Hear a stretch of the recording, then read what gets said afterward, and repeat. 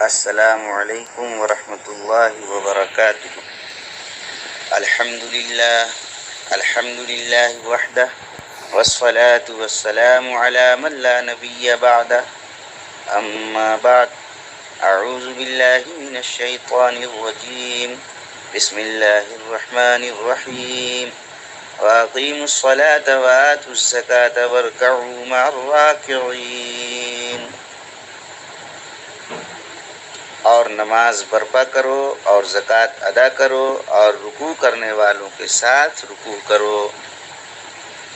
حضرات، آج کی گفتگو کا عنوان ہے اسلام کا ایک رکن زکوٰۃ،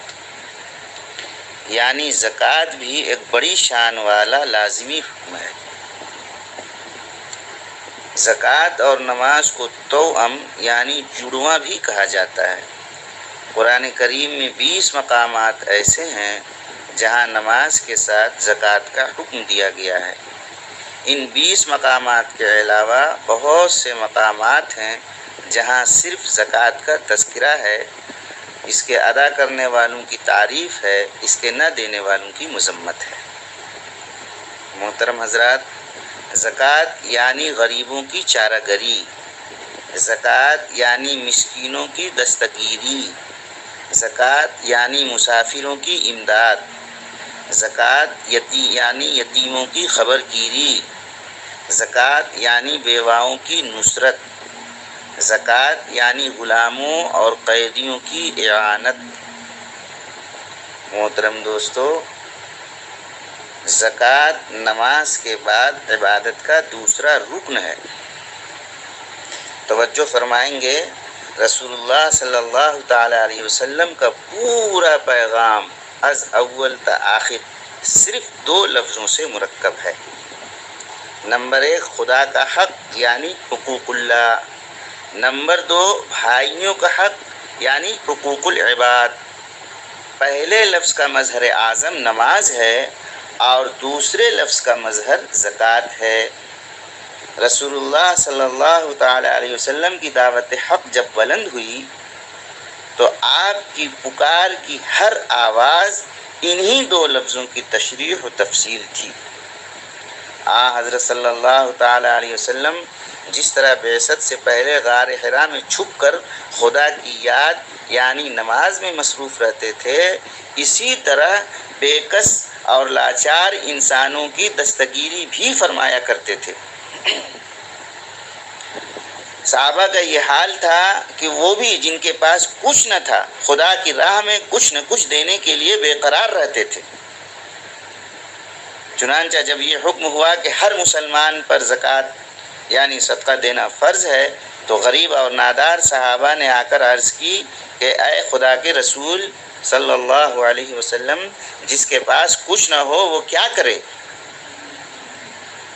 تو آپ نے فرمایا وہ محنت مزدوری کر کے اپنے ہاتھ سے پیدا کرے، خود بھی فائدہ اٹھائے اور دوسروں کو بھی صدقہ دے۔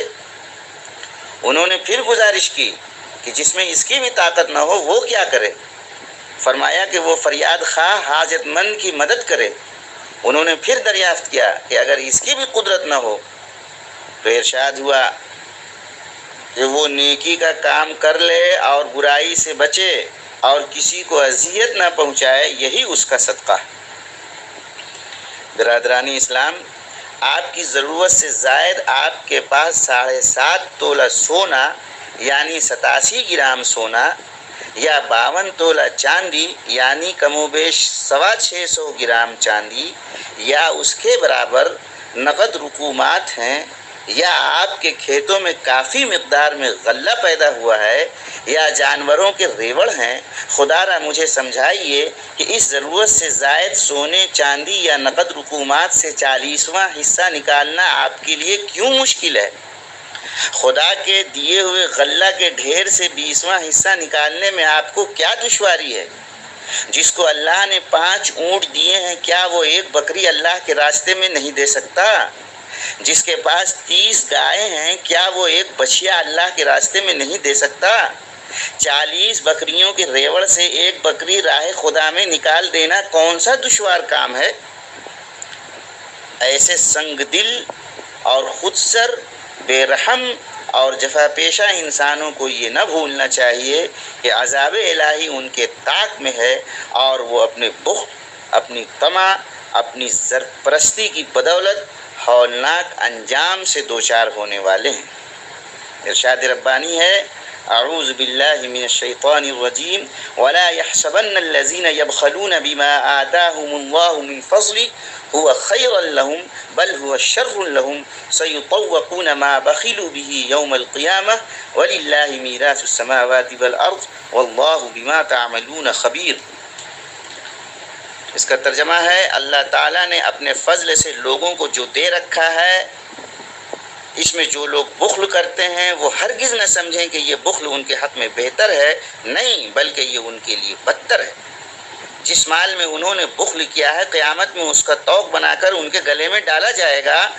اور اللہ ہی کے لیے آسمان و زمین کی وراثت ہے، اور اللہ ان اعمال سے خوب باخبر ہے جو تم کرتے ہو۔ اور ایک جگہ ارشاد ہے، والذین یکنزون الذهب والفضة ولا ينفقونها في سبيل الله فبشرهم بعذاب أليم يوم يحمى عليها في نار جهنم فتكوى بها جباههم وجنوبهم وظهورهم هذا ما كنزتم لأنفسكم فذوقوا ما كنتم تكنزون۔ جس کا ترجمہ ہے، اور جو لوگ سونا چاندی جمع کر کے رکھتے ہیں اور اس کو راہ خدا میں خرچ نہیں کرتے، ان کو دردناک عذاب کی خوشخبری سنا دیجیے۔ جس دن سونے چاندی کو جہنم کی آگ میں تپایا جائے گا، پھر اس سے ان کی پیشانیاں، ان کے پہلو اور ان کی پیٹھیں داغی جائیں گی، اور کہا جائے گا یہ وہی مال ہے جس کو تم نے بینک بیلنس کر کے، جمع کر کے اور زمین میں گاڑ کر رکھا تھا، سو اب اس گاڑنے اور جمع کرنے کا عذاب چکھو۔ حضرت علامہ عثمانی رحمۃ اللہ علیہ فوائد عثمانی میں لکھتے ہیں، بخیل دولت مند کو جب خدا کے راستے میں خرچ کرنے کو کہا جاتا ہے تو پہلے اس کی پیشانی پر بل پڑ جاتے ہیں، زیادہ کہو تو اعراض کر کے ادھر سے پہلو بدل لیتا ہے، اگر اس پر بھی جان نہ بچی تو پیٹھ پھیر کر چل دیتا ہے۔ اس لیے سونا چاندی تپا کر انہی 3 موقعوں پر یعنی پیشانی، پہلو اور پیٹھ پر داغ دیے جائیں گے تاکہ اس کے جمع کرنے اور گاڑنے کا مزہ چکھ لے۔ حدیث شریف میں ہے کہ محشر میں آدمی کو ایک ہموار زمین پر لٹا دیا جائے گا، پھر جس اونٹوں اور گایوں کی اس نے زکوٰۃ نہیں دی تھی ان سے اس کو روندا دیا جائے گا، ہزاروں سال تک یہی ہوتا رہے گا، ایک روند کر جائے گا، پھر دوسرا آ جائے گا، دوسرا روند چکے گا تو پھر تیسرا آ جائے گا، اور یہی سلسلہ چلتا رہے گا۔ جب سب فارغ ہو جائیں گے تو پھر سے سلسلہ شروع کر دیا جائے گا۔ برادران اسلام، قرآن مجید میں سود اور صدقہ میں جو فرق کیا گیا ہے وہ یہ ہے، یمحق اللہ الربا ویربی الصدقات، اللہ تعالیٰ سود کو گھٹاتا ہے اور صدقہ کو بڑھاتا ہے۔ یہاں اخروی ثواب و گناہ اور برکت و بے برکتی کے فرق کے علاوہ اصلی مقصد یہ ہے کہ سود گو شخصی دولت میں اضافہ کرتا ہے لیکن جماعتی دولت کو برباد کر دیتا ہے، جس سے پوری قوم مفلس ہو جاتی ہے اور آخر وہ شخص بھی تباہ ہو جاتا ہے، اور صدقہ و عطا سے قوم کے نہ کمانے والے افراد کی امداد ہو جاتی ہے اور ساری قوم خوشی اور برکت کی زندگی بسر کرتی ہے۔ اگر سود لینے والا کبھی اتفاقی مالی خطرے میں پڑ جاتا ہے تو اس کی مدد کے لیے جماعت ایک انگلی تک نہیں ہلاتی، لیکن صدقہ دینے والی کی مدد کے لیے پوری قوم کھڑی ہو جاتی ہے۔ ایک بات اور ہے، اور وہ یہ ہے کہ سود خار اپنے مال کے اضافہ اور ترقی کے حرص میں اتنا آگے بڑھ جاتا ہے کہ جس تلوار سے دوسروں کو قتل کر کے ان کی دولت پر قبضہ کرتا ہے، آخر اسی تلوار سے دوسرے اس کو قتل کر کے اس کی پونجی اور منافع پر بیک وقت قبضہ کر لیتے ہیں۔ لیکن صدقہ و خیرات دینے والا دوسروں کو نہیں لوٹتا، اس لیے دوسرے بھی اس کو نہیں لوٹتے، وہ سلامتی کے ساتھ اپنے کاروبار کو چلاتا ہے۔ محترم دوستو، زکوٰۃ میں انفرادی اور اجتماعی، روحانی اور مادی بہت سے فوائد ہیں۔ انفرادی اور روحانی فائدہ کو لے لیجئے۔ زکوٰۃ ادا کرنے کا اثر خود زکوٰۃ ادا کرنے والے پر یہ پڑتا ہے کہ اس کا تزکیہ ہو جاتا ہے، وہ بخل اور سنگ دلی کی بیماری سے نجات پاتا ہے اور لوگ اس سے محبت کرنے لگتے ہیں۔ السخی قریب من اللہ قریب من الناس قریب من الجنہ بعید من النار والبخیل بعید من اللہ بعید من الناس بعید من الجنہ قریب من النار۔ سخی اللہ سے قریب ہے، لوگوں سے قریب ہے، جنت سے قریب ہے اور دوزخ سے دور ہے، اور بخیل اللہ سے دور ہے، لوگوں سے دور ہے، جنت سے دور ہے اور دوزخ سے قریب ہے۔ ارشاد ہے خذ من اموالہم صدقۃ تطہرہم وتزکیہم بہا، اے نبی صلی اللہ علیہ وسلم ان سے زکوٰۃ لے کر ان کا تزکیہ کیجئے اور ان کو پاک و صاف کیجئے۔ اور میرے محترم اجتماعی فائدہ یہ ہے کہ غریب اور حاجت مند طبقہ کی اعانت ہوتی ہے۔ رسول اللہ صلی اللہ علیہ وسلم نے اس کے لیے 2 قسم کی تدبیریں اختیار فرمائی ہیں۔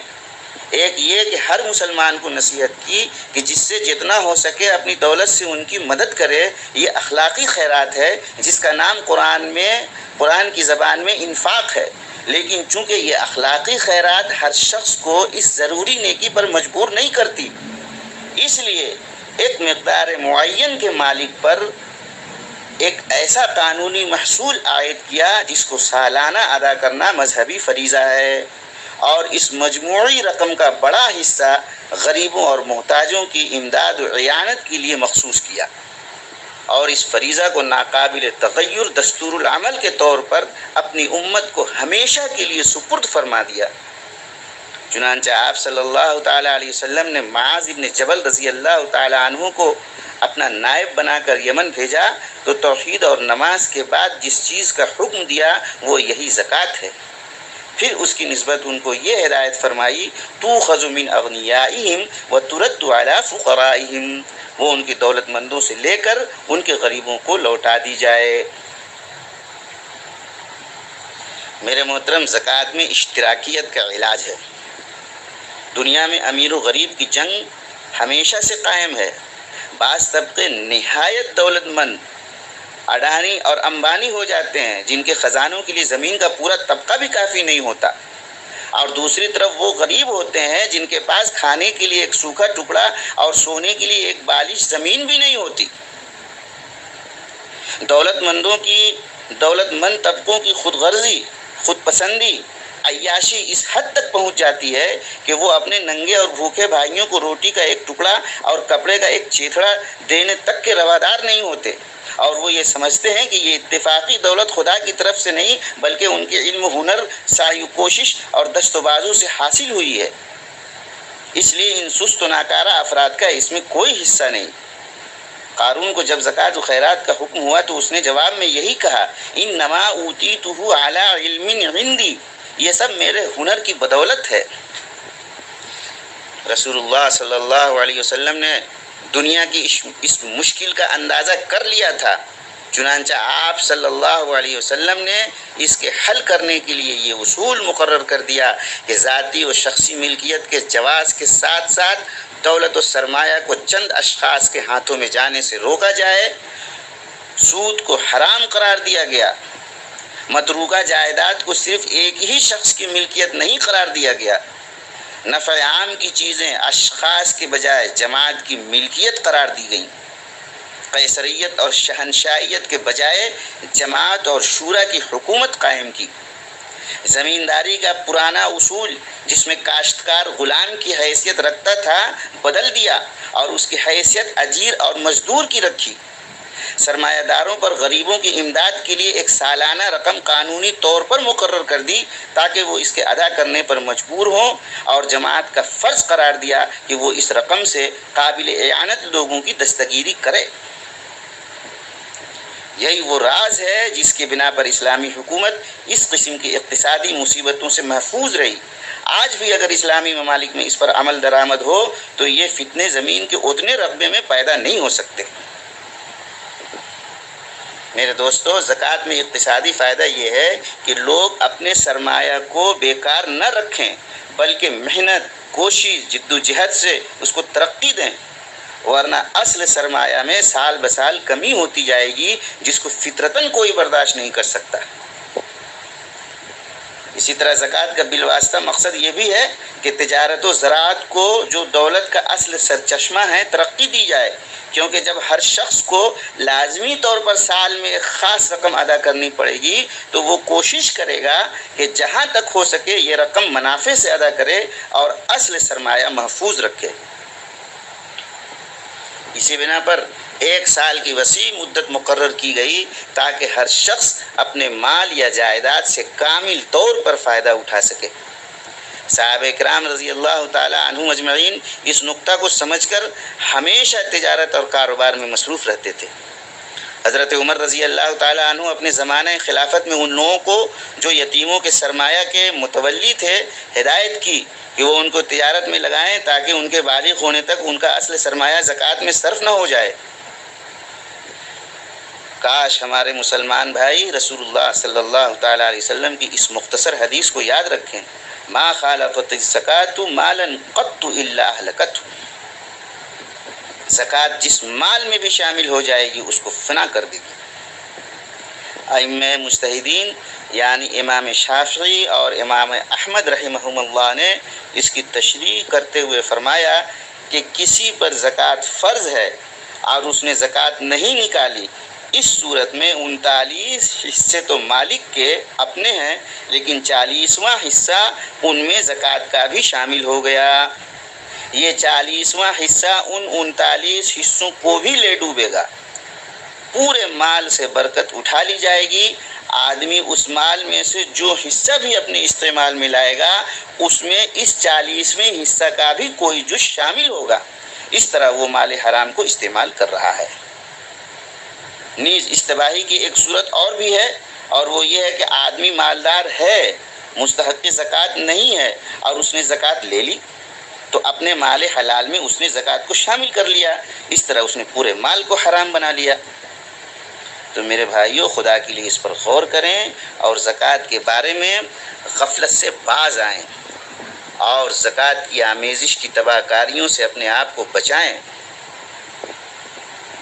نہ اپنی زکوٰۃ نکالنے میں تساہل سے کام لیں اور نہ دوسرے کی زکوٰۃ کو اپنے مال میں شامل ہونے دیں۔ اللہم احفظنا اللہم احفظنا۔